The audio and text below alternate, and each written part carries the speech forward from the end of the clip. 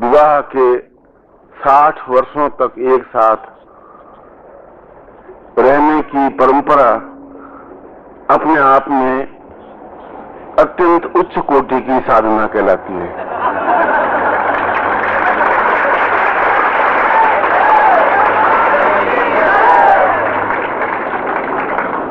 और अफसोस इस बात का है कि इन 60 वर्षों तक जो उन्होंने मेरे साथ शादी करके मेरे घर में आई, तो एक बार भी उन्होंने लड़ाई नहीं की मुझसे।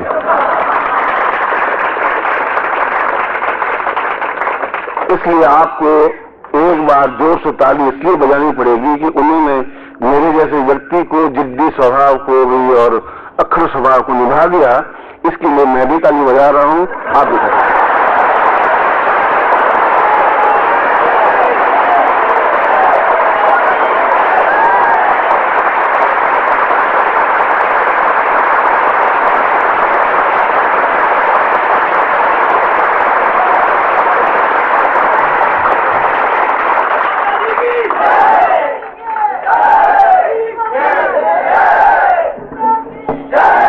माता जी शिष्यों के स्वभाव को जानता हूं।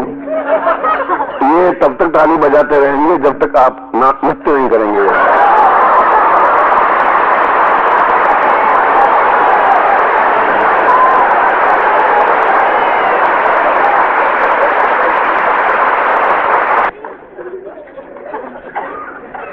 कोई बात नहीं, अगली साल एक बार फिर हम मिलेंगे और फिर हम इसी प्रकार के जन्मोत्सव को, आप लोगों के हृदय की भावनाओं को देखने से वास्तव में एक सुखद अनुभूति अनुभव होती है। ऐसा लगता है कि ऐसा यह पूरा भारतवर्ष मेरा बिखरा हुआ परिवार है।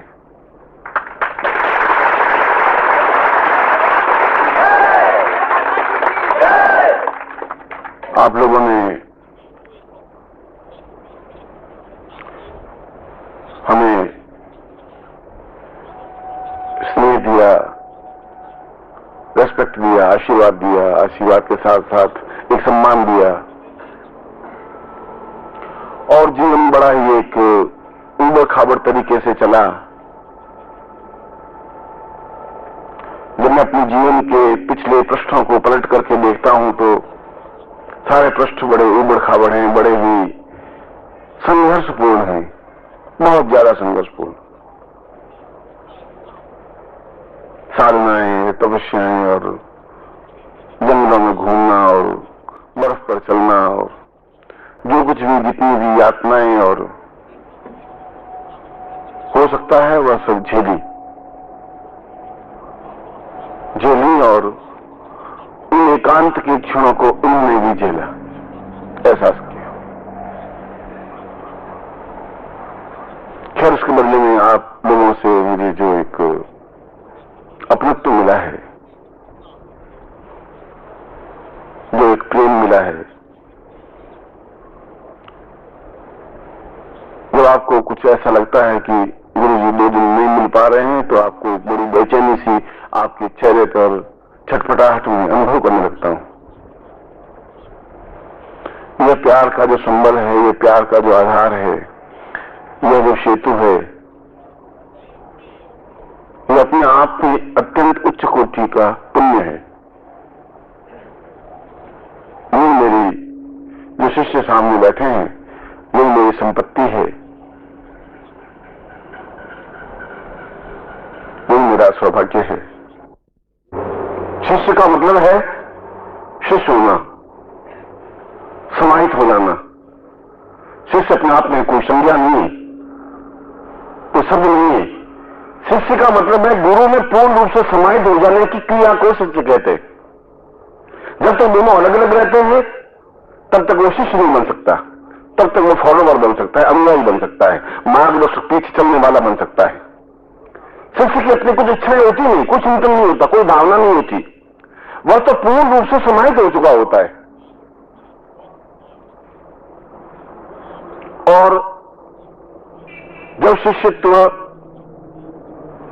इस प्रकार के ज्ञान और चिंतन को अनुभव करता है, जब एहसास करता है। और श्लोक के दूसरे चरण में, दूसरे शब्द में बताया कि यह तो बहुत बड़े सौभाग्य की बात होती है, बहुत बड़े सौभाग्य की बात होती है कि वो शिष्य बने।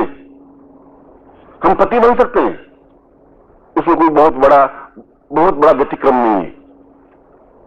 कोई लड़की को पसंद किया और हम पति बन गए। हम पिता भी बन सकते हैं, हम पत्नी बन सकते हैं, हम व्यापारी बन सकते हैं, नौकरी पेशा बन सकते हैं, मगर यह जरूरी नहीं है कि आप शिष्य बन सकें। यह जरूरी नहीं है। उसके लिए एक मार्ग है, एक रास्ता है। आप श्रोता बन सकते हैं, मैं बोलूं आप सुन लें और उठ करके पल्ला झाड़ करके रवाना हो जाएं। आप अनुयायी बन सकते हैं, मैं आपको गायत्री मंत्र दूंगा, गायत्री मंत्र रटते हुए आप पीछे जिंदगी पार कर लें। आप मुझे पूरी तरह डूब जाएं। मेरा सुख, मेरा दुख, मेरा चिंतन, मेरी प्रक्रिया, मेरा हर्ष, मेरा विषाद आपका हर्ष और विषाद और सुख और दुख बन जाए। आपकी आंख में एक कतरा आंसू हर क्षण लहराता हुआ रहे। इस श्लोक में बताया है। इस श्लोक में बताया कि शिष्य ऐसी एक सामान्य चीज नहीं है। शिष्य तो दर्शनीय चीज है, देखने की चीज है, हाथ जोड़कर नमन करने की चीज है, प्रशंसा करने की चीज है। इसलिए कि वह अपने आप में एक छोटी सी बूंद से समुद्र बनने की एक प्रक्रिया का आभास है। एक समुद्र लहरा रहा है, अथाह जलराशि है, अंत नहीं है, और ऊपर सूर्य तप रहा है। उस गर्मी से भाप बनती है, भाप बन करके उस समुद्र का पानी भाप के रूप में ऊपर उठता है। ऊपर उठ करके और जब बहुत ऊंचाई पर जाता है तो बादल बन जाता है, और बादल उस वायु के साथ में उड़ता हुआ किसी पहाड़ से, हिमालय से टकराता है। टकरा करके वापिस पानी के रूप में, धारा के रूप में, बूंद के रूप में कन्वर्ट हो जाता है। एक बूंद, दो बूंद, चार बूंद बनती हुई धारा बनती है, गंगा बनती है, नदी बनती है, हजारों लोगों की प्यास बुझाती है, और प्यास बुझाती बुझाती अपनी बेचैनी, अपनी तड़प, अपना चिंतन, अपनी सारी प्रक्रिया को समेटे हुए वापस जहां से वो बूंद रवाना होती है उसी समुद्र में विलीन हो जाती है। और जब विलीन हो जाती है तब बूंद समुद्र कहलाने लग जाती है, क्योंकि हमने समुद्र को देवता कहा है, बूंद को देवता नहीं कहा है। मगर बूंद समुद्र बन सकती है यदि उसके मन में छटपटाहट है, वेदना है, भागने की प्रक्रिया है। उसको कोई मैप नहीं, उसके पास कोई नक्शा नहीं है, गाइडलाइन नहीं है कि यहां से तुम लेफ्ट में मुड़ोगे, आगे मुड़ोगे तो तुम्हें समुद्र मिलेगा। उसको अपने आप रास्ता मिलता है। जिसमें छटपटाहट है वो अपने आप समुद्र तक पहुंच जाएगा, गुरु तक पहुंच जाएगा और गुरु में विलीन हो ही जाएगा। गुरु रोक नहीं सकता उसको, और शिष्य रुक नहीं सकता। अगर शिष्य है तो नहीं रुक सकता। इसलिए श्लोक में इस विशेष तथ्य को स्पष्ट करने का कोशिश की है कि गुरु अपने आप में अद्वितीय होते हैं, क्योंकि वे ज्ञान के अथाह समुद्र हैं। शंकराचार्य जैसा व्यक्ति, जो अपने आप में प्रखर प्रतिभा संपन्न व्यक्तित्व, अकेले व्यक्ति ने इस पूरे भारतवर्ष से बुद्ध धर्म को खदेड़ करके बाहर कर दिया। यहां बुद्ध पैदा हुए, बुद्ध धर्म भारतवर्ष में पैदा हुआ, बुद्ध धर्म भारतवर्ष के राजाओं का धर्म, पूरे भारतवर्ष में बुद्ध धर्म ही बुद्ध धर्म, और केवल एक व्यक्ति ने उस बुद्ध धर्म को यहां से उठा के जापान में फेंक दिया, चीन में फेंक दिया, अकेले दमखम से साथ। और एक हिंदुत्व को, एक सनातन धर्म को, एक हमारे उपनिषद को, एक हमारे वेद को, एक हमारी ऋचाओं को जीवित जागृत बनाए रखने की क्रिया की। अन्यथा आज हम यहां बैठे हुए दमपद का कोई उच्चारण कर सके होते। हम धम्मम शरणम गच्छामि, बुद्धम शरणम गच्छामि का ही पाठ कर पाते, फिर उपनिषद की रचना नहीं कर पाते, फिर उपनिषद नहीं बोल पाते यदि शंकराचार्य नहीं होता तो। मगर हम उसको समझ नहीं पाए।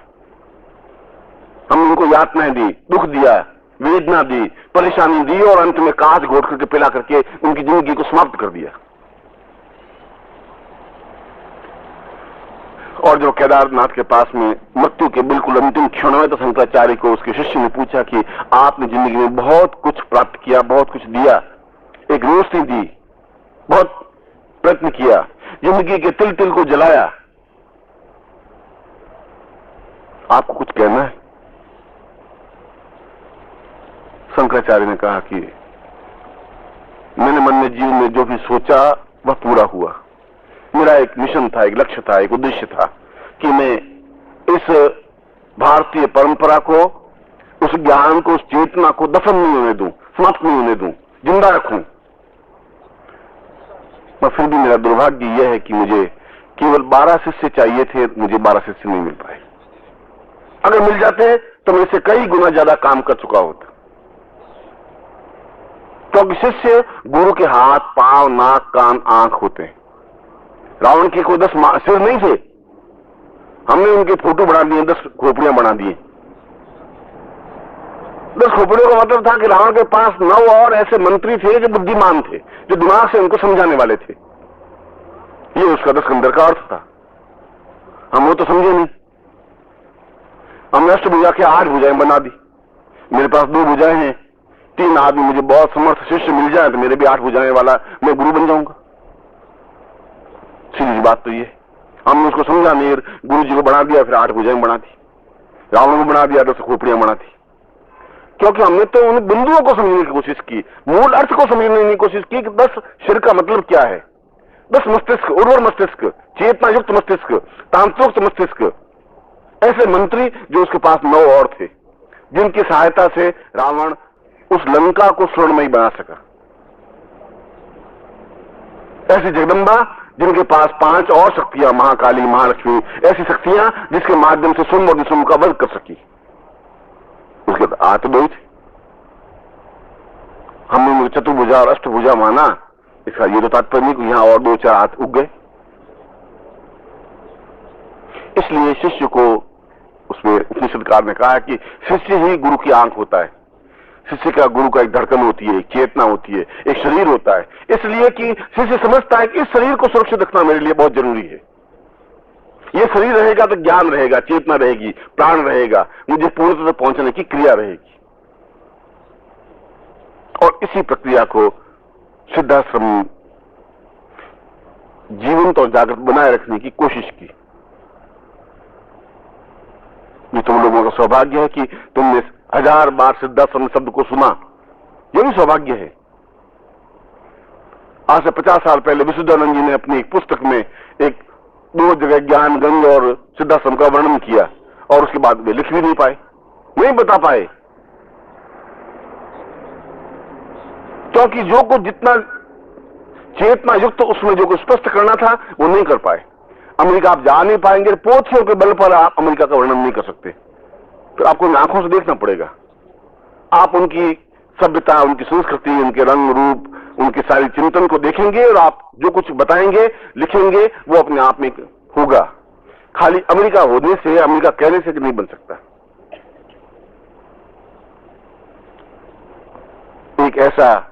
एक ऐसा स्थान जो अपने आप में अद्वितीय, जहां हजारों वर्षों के प्राप्त योगी, सैकड़ों वर्षों प्राप्त योगी, हम तो जीवन के 50 और 60 और 70 साल की आयु प्राप्त करने के बाद सोचते हैं कि शायद अब मृत्यु के बिल्कुल किनारे पर हैं। हम खुद मृत्यु का वर्णन करने लग जाते हैं, मृत्यु को स्मरण करने लग जाते हैं। 24 घंटे हमारा चिंतन का वृद्ध है और मृत्यु को प्राप्त हो जाएंगे। मृत्यु तो हो ही नहीं सकती। जब भीष्म की मृत्यु नहीं हो सकती तो फिर आपकी भी नहीं हो सकती। जब उसकी इच्छा मृत्यु हो सकती है तो फिर आपकी भी इच्छा मृत्यु हो सकती है। मगर ब्रह्म को तो उस माया के चिंतन में शिष्यों के सामने रखना ही पड़ेगा। अगर शिष्य जिस क्षण अपने पांवों पे ताकत रख करके गुरु की उंगली पकड़ कहेगा कि मुझे आपके साथ सिद्धाश्रम चलना है, मैं देखना चाहता हूं, मैं इस बात को अनुभव करना चाहता हूं, मैं उस प्रकार का योगी बनना चाहता हूं, आप जो मुझे ज्ञान देंगे मैं उसको जिंदा रखने की कोशिश करूंगा। रविंद्रनाथ ने एक बहुत अच्छी कविता लिखी। उसने कहा जब अंधकार गिर गया, अंधेरा हो गया, जब सूर्य छिप गया, जब दिया जल गया, तो लोगों ने पूछा कि सूर्य नहीं आएगा तब तक क्या होगा? सूर्य तो अस्त हो चुका, अब सूर्य अभी तक नहीं आएगा तब तक होगा क्या?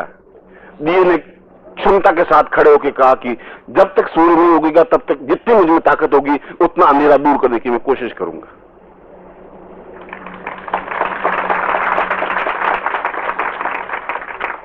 और इसीलिए मैं आपको दीपक बनाने की उसमें रोशनी देने की, उसमें ज्ञान और चेतना देने की, पोंगापंथी देने की क्रिया नहीं सिखा रहा हूं आपको, पाखंड नहीं सिखा रहा हूं मैं, पाखंड में प्रहार करना सिखा रहा हूं आपको। इस प्रकार से ढोंग और ढकोसले में जिंदा रखना नहीं चाहता हूं मैं आपको। मैं आपको जो बात कहूंगा फिर दो टूक कहूंगा, स्पष्ट रूप से कहूंगा।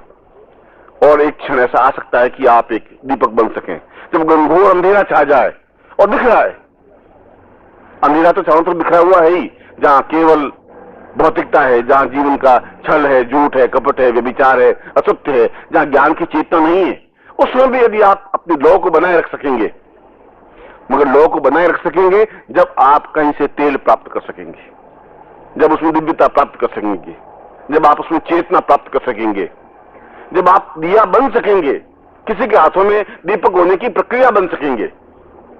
उसके लिए आपको रौंदना पड़ेगा, उनके हाथों में जाना पड़ेगा, वो आपको दीपक बनाए, इस प्रकार की आपको इच्छा व्यक्त करनी होगी।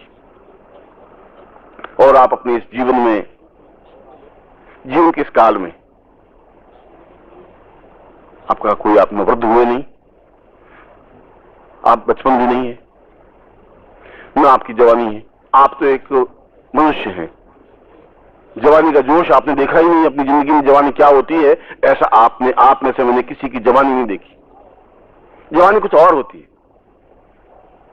जवानी होती है कि सीना से एकदम से हिमालय को टकराए तो हिमालय खुद 25 कदम पीछे सरक जाए, उसको जवानी कहते हैं।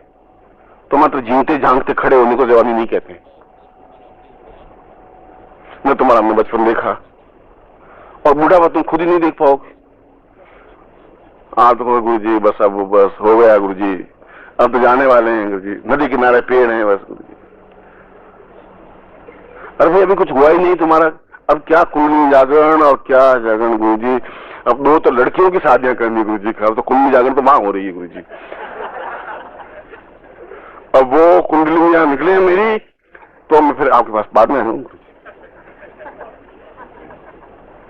और तुम्हारी कब कुंडलियां वहां से निकले, कब तुम मेरे पास आओ, कब मैं तुम्हें मतलब दीपक बनाऊं, कब उसमें तेल भरूं, कब आप अवक करके जलो, अब भगवान जाने उसमें क्या क्षण होगा। फिर भी इंतजार तो है।